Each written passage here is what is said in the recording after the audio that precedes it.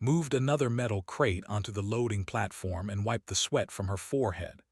The orbital station 9 was always busy, always loud, always full of aliens from 100 different worlds. She had been working here for 6 months now, and she still wasn't used to it. The station floated in space between 3 major trading routes. Ships came and went every hour. Some brought food, some brought weapons, some brought things couldn't even name. Her job was simple. She moved cargo from one place to another. She scanned boxes. She checked manifests. She made sure everything went where it was supposed to go. It was honest work.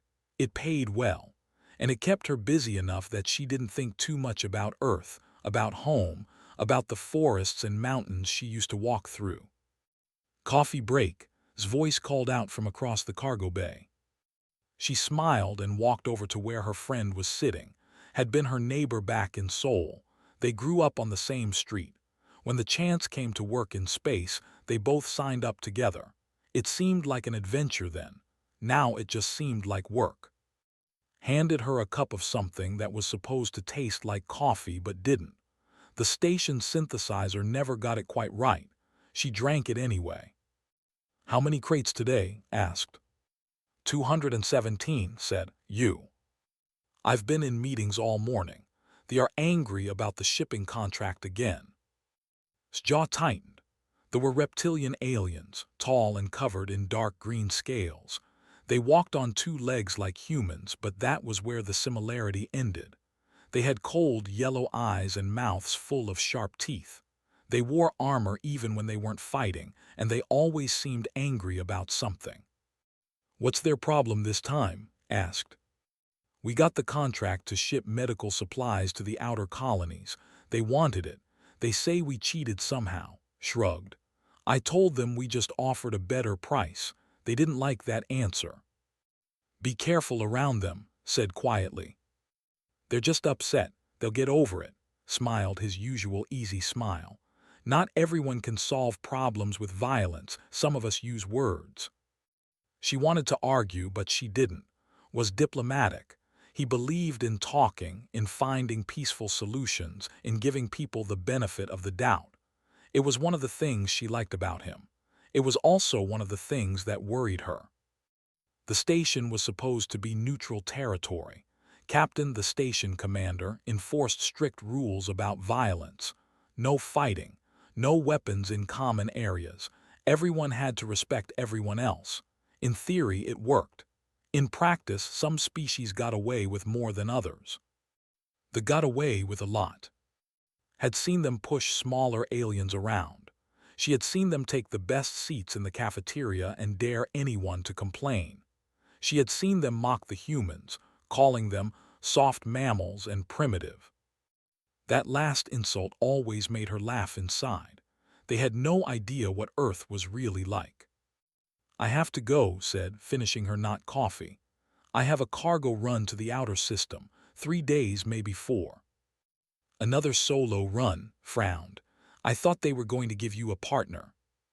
"I like working alone," said. It was true. Alone, she could think. Alone, she didn't have to pretend to be something she wasn't. "Be safe out there," said. "You too, and seriously be careful around don't meet with them alone." "I'll be fine. This is a peaceful station. Nothing bad happens here." He gave her a reassuring pat on the shoulder. "Stop worrying so much." She wanted to tell him that Earth taught her to always worry. That survival meant expecting danger. That peace was just the time between fights. But she didn't say any of that. Instead, she nodded and headed back to work. That evening prepared her ship for the journey. It was a small cargo hauler, barely big enough for her and the supplies. She loaded the containers, checked the engine, and programmed the route. 3 days out, 1 day to unload, 3 days back. A week total. Before she left, she walked through the station one more time. She saw in the communications center, talking to some traders from a world she didn't recognize.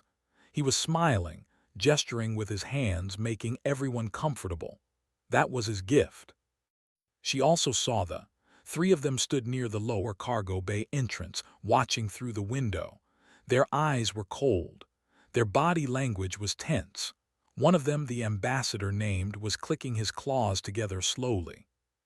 Felt something cold settle in her stomach. She knew that look. She had seen it before, back on Earth, in the eyes of predators watching prey. She considered staying. The cargo run could wait. She could tell her supervisor she was sick or that the ship needed repairs or any number of lies, but she also knew that would seem strange. It would raise questions, and maybe she was just being paranoid. Maybe was right and nothing bad would happen. She left on her cargo run the next morning. As her ship pulled away from the station, she looked back at the spinning wheel of metal and glass floating in space. It looked peaceful. It looked safe. But had learned long ago that looks could be deceiving. Earth had taught her that lesson over and over. The prettiest flowers were often poisonous. The water hid the strongest currents. The friendliest smile could hide the sharpest knife. She shook her head and focused on flying. 3 days out. 1 day to unload, 3 days back. Would be fine. The station was neutral territory. Captain enforced the rules. The wouldn't dare break station law. She repeated these thoughts like a prayer as her ship jumped into faster-than-light travel and left 9 behind. But deep down, in the part of her that still remembered running through Korean mountains as a child, in the part that remembered surviving things that should have killed her, in the part that knew what Earth really was, she felt something she couldn't name. It felt like dread. It felt like the moment before a storm, when the air goes still, and the animals go quiet and everything waits for the thunder. She increased her ship's speed. Maybe if she finished the delivery fast enough, she could get back early. Maybe then the feeling would go away. But the feeling stayed with her, cold and heavy, for the entire journey. 3 days passed quietly on 9 station. Finished his work in the communications center each evening and returned to his quarters. He ate dinner in the cafeteria with other crew members. He sent messages to ship, knowing she wouldn't get them until she came back into communication range. He told her about his day, about the small frustrations and small victories that made up life on the station. He didn't mention there was no point in worrying her. But he noticed them watching him. Ambassador and his 3 enforcers seemed to appear wherever went. In the cafeteria, they sat 3 tables away and stared. In the corridors, they would stop talking when he passed and follow him with their yellow eyes. In the cargo bay, they would lean against the walls and click their claws together in a rhythm that sounded almost like laughter. Tried to ignore it. He tried to remind himself that different species had different customs. Maybe starring was normal for them. Maybe the claw clicking was just a nervous habit. Maybe he was reading too much into things. On the 3rd night, stayed late in the lower cargo bay.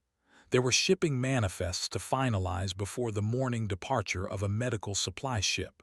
The work was tedious and detailed, and he needed quiet to focus. The lower bay was perfect because almost no one used it at night. He was bent over his when he heard the door seal behind him. Turned around and saw 4 blocking the exit. Ambassador stood in the center, flanked by his 3 enforcers. They had removed their diplomatic robes and wore only their armor plating. Their claws were extended. Ambassador said, keeping his voice calm, "Can I help you with something?" "You can explain why humans think they can steal from the Empire," said. His voice was like gravel scraping against metal. "I'm not sure what you mean, if this is about the shipping contract." "You cheated," one of the enforcers interrupted. "You offered prices below cost. That's market manipulation." "We didn't cheat," said patiently. "Human ships are more fuel efficient. Our operating costs are lower. We can charge less and still make a profit. It's just business." "It's an insult," hissed. "They have shipped medical supplies for 200 cycles. That contract was ours by right of tradition." "With respect, Ambassador, station rules say contracts go to the most competitive bidder. We followed the rules." "Human rules," said, taking a step closer. "Soft, weak, pathetic human rules. Do you know what they do to species that insult us?" felt his heart rate increase. The cargo bay suddenly felt very small and very empty. "Ambassador, if you have a formal complaint, you should file it with Captain. I'm sure we can." "We tried your diplomacy," said. "Your captain told us to accept the decision. He said the contract was awarded fairly." His laugh was cruel. "Fair? As if anything involving humans could be fair." "I don't want any trouble," said, sliding his hand toward his comm device. One of the enforcers moved faster than thought possible. The alien's clawed hand knocked the comm device across the room.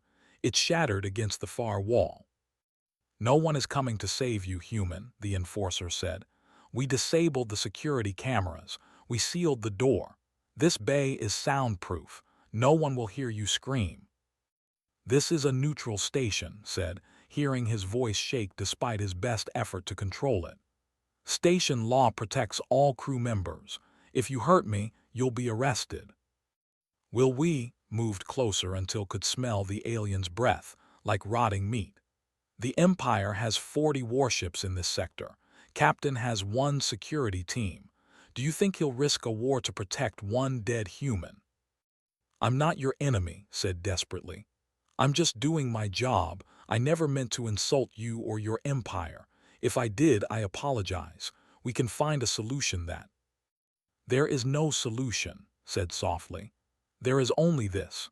We're going to teach your species a lesson about respect.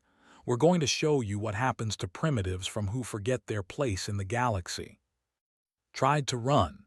He knew it was useless, but instinct took over. He made it 3 steps before an enforcer's tail swept his legs out from under him. He hit the metal floor hard enough to see stars. "Please," gasped, "please, I—" The first claw strike caught him across the ribs. He felt something crack. The pain was incredible, like fire spreading through his chest. He tried to curl up to protect himself, but they were everywhere at once. The second enforcer struck him across the back. The third grabbed his arm and twisted until heard a pop that might have been his shoulder or his elbow or both. He couldn't tell through the pain. Watched it all with cold satisfaction. "This is what we think of human diplomacy," the ambassador said. "This is what we think of your treaties and your contracts and your rules." Stopped screaming after a while. Not because the pain stopped, but because his body ran out of air, out of energy, out of everything except the need to survive just 1 more second. When they finally stopped, was barely conscious. He could taste blood. He couldn't feel his left arm. His ribs screamed with every shallow breath. The ceiling lights seemed very far away. "Let this be a lesson," said, standing over him. "Tell your friend, the cargo handler. Tell her what happens to humans who don't know their place. If she's smart, she'll learn from your mistake." The left, the door unsealed. The lights in the cargo bay hummed quietly. Lay on the cold metal floor and tried to remember why he had thought space would be an adventure. He tried to remember space. He tried to remember home. 3 hours later, a station maintenance worker found him. The worker screamed for medical help. Captain arrived with the medical team. He looked at its broken body and shook his head. "Get him to the medical bay," he ordered, "and find out who did this." But when the investigation started, the security footage was mysteriously corrupted. The door logs had been wiped. The claim they were in their quarters all evening, and their diplomatic immunity prevented any searches. Was placed in a regeneration pod. The doctors said he would survive, but he would need weeks of treatment. They also said he was lucky. A few more minutes and he would have bled out internally. Captain stood in his office and stared at the report. He knew who did this. Everyone on the station knew who did this. But the Empire had 40 warships in the sector. Station 9 had 40 security personnel. The math was simple. The choice was clear. Justice wasn't worth a war. He sent a message to ship. "Return immediately. Medical emergency, in critical condition." And then he did nothing else, because there was nothing else he dared to do. Ship received the message 18 hours after was found. She was halfway through her return journey when the words appeared on her screen. Medical emergency. Critical condition. She didn't read the rest. She just pushed her engines to maximum and prayed the ship wouldn't tear itself apart from the stress. The journey back took 14 hours instead of 3 days. When her ship finally docked at 9, didn't bother with proper shutdown procedures. She just sealed the airlock and ran. The medical bay was on the upper level of the station. She took the stairs because the elevator was too slow. Her legs burned, but she didn't care. She burst through the medical bay doors and startled a nurse who was carrying supplies. Gasped, "Human male, where is he?" The nurse pointed to a room at the end of the hall. Ran. The regeneration pod hummed quietly in the center of the room. Through the clear surface, could see floating in blue-tinted liquid. His body was covered in bandages. His left arm was in a specialized brace. His face was bruised and swollen. A human doctor was checking the monitors. He looked up when entered. "Are you family?" the doctor asked. "Close enough. What happened?" The doctor sighed. He was attacked 3 days ago. Multiple broken ribs, fractured arm, internal bleeding, severe lacerations. Whoever did this wanted to hurt him badly. "Will he live?" "Yes, the regeneration pod is working. He'll need 3 more weeks of treatment, then physical therapy. He'll recover fully, but it's going to take time." Stood very still. Her hands hung at her sides. Her breathing was slow and controlled. Who did this to him? The doctor's expression changed. He suddenly looked uncomfortable. "I don't know. The investigation is ongoing." "You're lying." "I'm not. Everyone on the station knows everything about everyone. You know who did this. Tell me." The doctor looked away. "It was the ambassador and his enforcers, but there's no proof. The security footage was erased. Captain can't arrest them without evidence." "Can't or won't?" The doctor didn't answer. He didn't need to. Walked to the regeneration pod and placed her hand against the clear surface. Looked peaceful in the healing liquid, like he was just sleeping. But she knew better. She had seen injuries like this before. She knew what it took to do this to a person. She knew how much pain he must have felt. "Thank you for saving him," said quietly. "Of course, it's my job." The doctor paused. "Are you going to be okay?" Smiled, but it didn't reach her eyes. "I'll be fine. I just need some time to process this."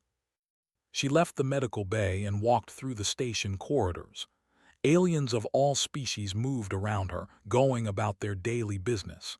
The station continued as if nothing had happened, as if suffering meant nothing, as if justice was optional. Found Captain in his office on the command level.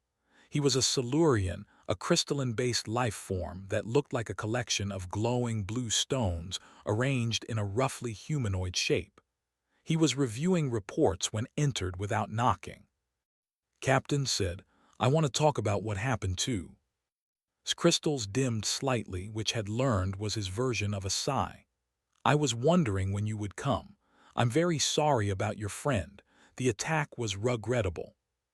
"Regrettable," repeated. "That's an interesting word. Who did it?" "We don't have conclusive evidence." "Who did it?" His crystals flickered. "We believe it was but without evidence I cannot make arrests. Station law requires proof." "There's a human in your medical bay with proof all over his body." "It's not enough. They have diplomatic immunity. To arrest them, I would need video evidence or multiple witnesses. I have neither." "How convenient for them," said. Her voice was very quiet now, very calm. "So if someone attacked them back, would that also be impossible to prove?" "Miss, I understand you're upset." Do you really understand? Because from where I'm standing, it looks like you're protecting attackers." "I'm protecting this station," said firmly. "The Empire has 40 warships in this sector. If I arrest their ambassador without evidence, they will consider it an act of war. Thousands could die. I cannot risk that for one person." "So doesn't matter." "I didn't say that." Yes, you did. You said his life is worth less than your political convenience. Leaned forward slightly. Let me be very clear, Captain. If you don't arrest them, I will. Crystals flared bright red, his version of anger. If you attack you will be arrested and prosecuted. I will not tolerate vigilante violence on my station. Violence, said softly. You mean like what they did to, will you prosecute that too? Don't do anything stupid, miss. Humans are guests on the station. Act like it. Stood up. You know what's interesting about being from a captain? We learn very quickly that no one is coming to save you. We learn that if you want justice, you have to make it yourself. That's a threat. No, that's a fact. Left the office before could respond. She walked back to her quarters in the crew section of the station. Other humans nodded to her as she passed. Word had spread about. Everyone knew what happened. Everyone knew nothing would be done about it. In her quarters, locked the door and stood in front of her small mirror. She looked at herself for a long moment. She saw a young woman with tired eyes and calloused hands. She saw someone who had spent 6 months pretending to be harmless, pretending to be soft, pretending to be just another worker. She stripped off her cargo handler uniform and looked at the body underneath. Years of climbing mountains and running through forests had made her strong. Training in survival techniques had made her dangerous. Growing up on Earth had made her something that most aliens couldn't understand. She had spent 6 months being careful, being diplomatic, being the kind of human that wanted her to be, the kind that solved problems with words instead of violence. But had tried words, look where that got him. Opened her storage locker and pulled out tools from her cargo work, industrial cutting equipment, magnetic clamps strong enough to move metal crates, a plasma torch used for emergency repairs. None of these were weapons, technically, but on Earth, anything could be a weapon if you were creative enough. She dressed in dark, practical clothes. She braided her hair back so it wouldn't get in the way. She strapped the tools to her belt and checked her reflection one more time. The woman looking back at her wasn't a cargo handler anymore. She wasn't diplomatic. She wasn't soft. She was something else entirely. She was a human from Earth, and Earth made its children hard. Before she left, recorded a message for. She set it to play when he woke up. I'm sorry, she said to the camera. I know you'll be angry. I know you'll say I should have done things differently. But you're my family, you're all I have. And on Earth we protect family, always. She deleted the recording 3 times before she finally saved it. Then walked out of her quarters and into the station corridors. Aliens who saw her face immediately moved out of her way. Some of them had seen that expression before, on other humans in other situations. It was the look of prey that had become predator. The hunt had begun. The diplomatic suite was in the upper residential section of the station. It had the best views, the largest rooms, and the most privacy. Ambassador had insisted on it when he arrived, and Captain had given it to him without argument. Inside the suite and his 3 enforcers were celebrating. They drank fermented liquids from there and laughed about the human they had beaten. The soft, weak human who thought diplomacy could solve everything, who thought rules mattered. Did you see his face when we broke his arm? One enforcer laughed. He cried like a hatchling, another said. So much for the dangerous species. Smiled, showing all his sharp teeth. Let this be a lesson to all humans on this station. The Empire does not forgive insults. We do not accept defeat. We take what is ours by right of strength. None of them noticed the air vent cover slowly sliding open above them. The first enforcer died in the corridor outside the suite. He had stepped out to check on the door security when something moved in the shadows. He turned, hand reaching for his weapon, and saw a human female standing there. You, he said, recognizing, you're the friend of. He never finished the sentence, moved faster than he thought possible. Her hand struck his throat in exactly the right spot. She had learned that move in Korean mountains, practicing on trees until she got it perfect. On a neck, it worked even better. The enforcer dropped without a sound, dragged his body into a maintenance closet and sealed the door. 1 down, 3 to go. The second enforcer realized something was wrong when his partner didn't return. He walked out to investigate and found the corridor empty. He was about to call for when he noticed something on the floor. Blood, a trail of it leading to the maintenance closet. He followed it, weapon drawn. When he opened the closet door, was waiting inside. The plasma torch she carried, normally used for cutting through damaged ship hulls, burned through his armor plating like it was paper. The enforcer screamed, but only for a second. 2 down, 2 to go. Inside the suite, and his remaining enforcer heard the scream. They grabbed their weapons and moved to the door, opened it carefully, scanning the corridor. "Something's wrong," he said. "Where are the others?" "Maybe they found the human female," the enforcer suggested. "Maybe they're teaching her a lesson too." "Maybe," said, but he didn't sound convinced. They searched the corridor together, backs to each other, weapons ready. They were trained warriors from a proud military culture. They had fought in real wars. They were not afraid of one human. They should have been. Dropped from the ceiling vent behind them. She had spent 6 months learning every centimeter of this station. She knew where the maintenance tunnels led. She knew which vents were big enough to crawl through. She knew how to move silently. The third enforcer turned just in time to see her coming. He raised his weapon, but she was already inside his guard. The industrial magnetic clamp in her hand, designed to lift half-ton cargo containers, caught him across the head with enough force to crack his skull plating. He went down hard, made sure he wouldn't get up again. 3 down, 1 to go. Spun around, firing his energy weapon wildly. Bolts of blue light scorched the walls and ceiling, rolled behind a support pillar and waited. She could hear him breathing hard, hear his claws clicking on the metal floor as he backed toward the suite entrance. "You cannot win, human," shouted. "I am a warrior. I have conquered 17 worlds." Didn't answer. Words were weapon. She had different tools. She threw a piece of debris to the left, fired at the sound. While he was distracted, moved right, closing the distance between them. By the time he realized his mistake, she was already there. The fight was brutal and fast, was bigger, stronger, and had reach advantage. His claws cut deep lines across arms and shoulders. His tail nearly knocked her legs out twice. He fought with the precision of formal military training, but fought like someone from Earth. She used the environment, ducking under low pipes that had to avoid, using the narrow corridor to limit his movement. She grabbed a loose panel from the wall and used it as a shield. When he tried to fire his weapon, she kicked a loose cable into his face. Earth had taught her something the military schools never covered. Survival wasn't about honor or form or technique.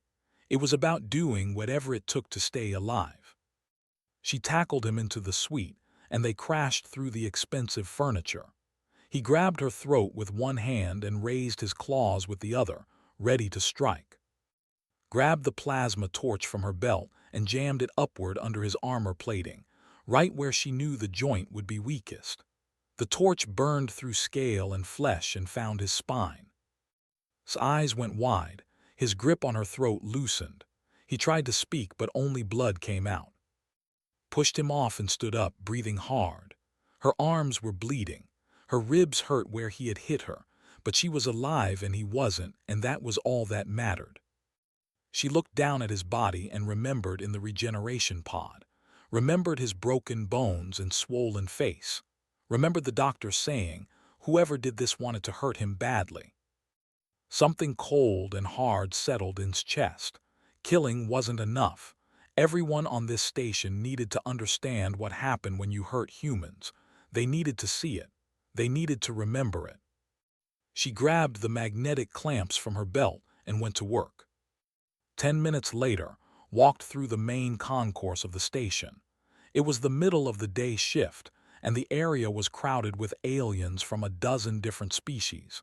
They were shopping, eating, conducting business. They all stopped when they saw her. Was covered in blood, some of it hers, most of it not. Her clothes were torn. Her hair had come loose from its braid. She looked like something from a nightmare. And in her right hand she carried Spine, the entire thing pulled from his body, still dripping. Aliens scattered out of her way, pressing themselves against the walls. Some screamed, some ran, some just stood frozen, unable to process what they were seeing. Walked through them all without looking left or right. Her eyes were fixed on Captain's office at the far end of the concourse. Station security didn't try to stop her. They just watched, hands on their weapons but not drawing them. They had families. They had lives. They weren't ready to die for this. Reached office and walked through the door without knocking. The captain looked up from his desk, saw her, saw what she was carrying, and his crystals flashed through a dozen colors in rapid succession. Walked to his desk and dropped the Spine on top of his reports. It made a wet, heavy sound. Cultural misunderstanding, said quietly. Resolved. Then she turned and walked out, leaving the Spine behind as a reminder. As proof. As a warning to anyone who thought humans were soft. The station went into lockdown within minutes. Captain called an emergency council session and demanded that every species representative report to the main conference room immediately. Outside, 40 warships moved into attack formation around the station. Inside the medical bay, doctors treated wounds while security guards stood at the door. She didn't resist. She didn't speak. She just sat on the medical bed and stared at nothing while they cleaned and sealed the cuts on her arms. By the time the emergency council convened, half the galaxy knew what had happened. News traveled fast in space, and the image of a human woman carrying an alien spine through a crowded station was the kind of story that spread like fire. The conference room held 20 species representatives, all shouting at once. The representative, a military commander who had rushed to the station, demanded its immediate execution. Other species agreed. A few argued for mercy. Most just wanted to avoid war. Captain stood at the head of the table, his crystals flickering with stress. Order, I will have order. The room slowly quieted. We are here to determine the fate of the human known as began. She has admitted to killing Ambassador and his 3 enforcers. The evidence is clear. The question now is what punishment fits this crime. Death, the commander said immediately. She murdered a diplomatic representative. Station law demands execution. Station law also forbids assault on crew members, a quiet voice said from the doorway. Everyone turned. A human woman in formal diplomatic robes walked into the room. She was older than maybe 40, with silver streaks in her black hair and eyes that had seen things most species couldn't imagine.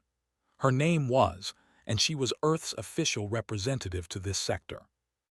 Ambassador said, his crystals brightening slightly with relief. Thank you for coming so quickly. I came as soon as I heard one of our citizens was in danger, said calmly. She took a seat at the table without being invited. Now, shall we discuss what actually happened here, or are we just going to skip to executing humans without trial? Your citizen committed murder, the commander growled. After your citizens attempted murder first, replied smoothly. Or did you forget about? That was a cultural dispute. That was a brutal assault, interrupted. 4 attacked an unarmed human in an isolated location. They broke his bones. They caused internal bleeding. They left him to die. And when it was reported, Captain did nothing. His crystals dimmed. I had no evidence. You had a witness. You had a victim. You had a crime scene. What you didn't have was courage. His voice was cold now. You were afraid of the Empire, so you let their criminals walk free. You told there would be no justice. That doesn't give her the right to take justice into her own hands, another representative argued. Doesn't it? Looked around the room. Let me tell you all something about humans. We come from a planet called Earth. It's classified as a Class 12. Do you know what that means? Several representatives shifted uncomfortably. Everyone had heard of Earth, though few had visited. The planet was legendary for how dangerous it was. It means everything on our world tries to kill us, continued. The weather, the animals, the plants, even the microorganisms. We spent millions of years learning to survive in an environment that should have wiped us out. And do you know what the most important lesson was? No one answered. No one is coming to save you, said quietly. If you're attacked, you fight back. If your tribe is threatened, you protect them. If someone tries to kill your family, you make sure they never try again. That's not cruelty. That's survival. This is a civilized station, protested. We have laws. Which you refuse to enforce, said. You created a situation where humans had to choose, accept that their attackers would go unpunished or handle it themselves. Chose to handle it. I can't say I blame her. Are you defending murder? The commander demanded. I'm defending proportional response, said. Your warriors tried to killed them first. On Earth, we call that self-defense by proxy. Wasn't there when she killed them. But she had reasonable belief they would attack other humans. She had reasonable belief that station security would not protect us. She had reasonable belief that the only way to ensure her tribe's safety was to remove the threat permanently. Leaned forward. Everything she did follows Earth's survival logic. You may not like it, but it's consistent with our laws. Earth's laws don't apply here, said weakly. Then whose laws do apply? Yours. The ones that protect diplomatic assassins, shook her head. You can't have it both ways, Captain. Either you enforce station law fairly for everyone, or you accept that people will enforce their own laws. The room fell silent. Finally, a representative from a small trading world spoke up. What do you propose, Ambassador? I propose we establish new protocols, said. Clear rules that apply to everyone, including diplomats. No more cultural exemptions. No more looking the other way when politically convenient. And I propose that acted within the bounds of what we'll call protocols the right to defend yourself and your people when the system fails to do so. That's barbaric, someone muttered. That's survival, corrected. And before you judge too harshly, remember this. Earth has survived for billions of years. How many of you can say the same? The debate continued for hours. The demanded justice, demanded accountability for the original attack. Other species argued about precedent and law and civilization. In the end, they reached a compromise. Would not be executed. The council ruled that she had acted within extreme circumstances caused by station security's failure to protect human citizens. New laws were passed requiring immediate investigation of all assaults, regardless of diplomatic status. Captain was relieved of command for dereliction of duty. The Empire filed an official complaint and pulled their ambassador from the station, but they also quietly their warships. They had 40 ships, true, but Earth had sent 20 of its own the moment news of arrest spread, and human ships were built for war in ways ships weren't. 3 weeks later, woke up from the regeneration pod. Was sitting beside him, her arms still bandaged but healing well. You're awake, she said softly. Whispered, his voice was rough from disuse. What happened? I remember the and then. You don't need to worry about them anymore, said. What did you do? What I had to. Was quiet for a long moment, then he reached out and took her hand. You shouldn't have done that for me. Yes, I should have. Your family, on Earth we protect family, always. I wanted to solve things peacefully. I know, but sometimes peace isn't an option, squeezed his hand gently. I'm sorry you got hurt. I'm sorry I wasn't here to protect you, but I promise it won't happen again. Over the following weeks, life on 9 stations slowly returned to normal, but things had changed in small, important ways. Aliens gave humans more space in the corridors. They were more polite in negotiations. They didn't make jokes about soft mammals or primitive anymore.